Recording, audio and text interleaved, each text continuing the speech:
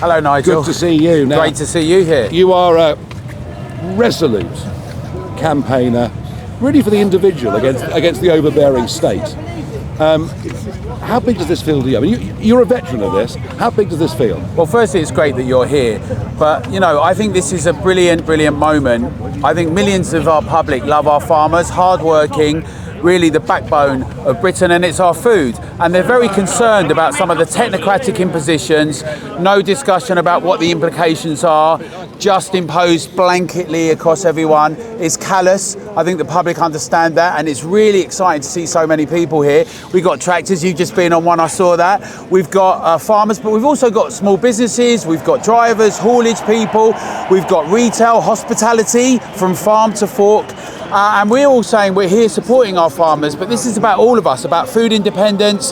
70,000 small family farms threatened. Some people like to be cavalier and go, it's just those wealthy landowners.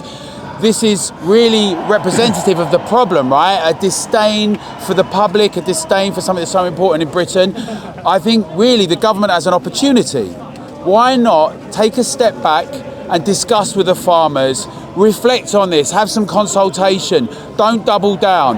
But really, I'm not seeing any signs of that, and I think they should hear today that this is the public roaring. There's going to be much more of that, and we're really excited that we have an opportunity to all support our farmers because we know how much the public supports them together. Yeah, and the great countryside they've left to us, that we all enjoy, that the rest of the world, frankly, the rest of the world's quite jealous of in many, many ways. See, I was here 20 years ago. Yeah. 400,000 people marching peacefully against the hunting ban that was being brought in, and it got us nowhere because truth is Blair was going to win the next election anyway. But I do think that with 100 or so Labour MPs from rural or semi-rural constituencies, I mean, they're going to have to shift on this. I think they are, and I think it's interesting. I mean, the Countryside Alliance, if you look at the head there, she's actually a Baroness Labour. You know, I think there's a situation where many people, like we're seeing with some of the other things on net zero, where some unions are saying, actually, this is impacting working people.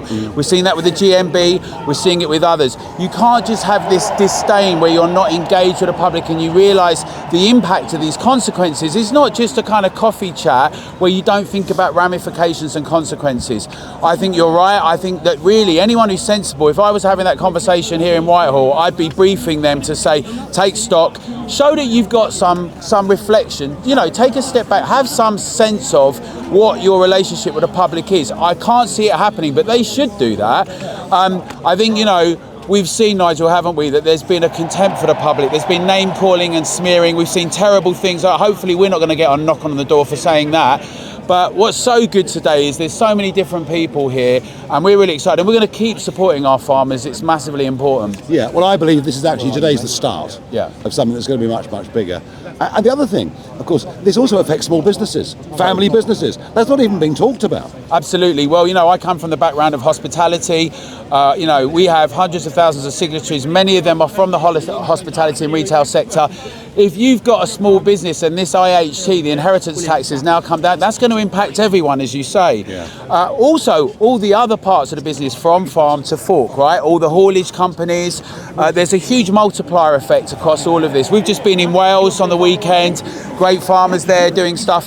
We've come back, you know, the whole ecosystem, dare I say that term, but in a proper way, that's actually going to be impacted by all of this. This is really huge, and I would really encourage everyone in the public who hasn't got involved, let your MPs hear from you. We know that when we have calls to action, when your MPs hear from you and they know that you're annoyed about that, tell them your vote depends on this. Let's support our farmers and let's send a resounding message to everyone in the Cabinet and in Parliament together. Alan Miller, thank you very much. Thank you, Nigel.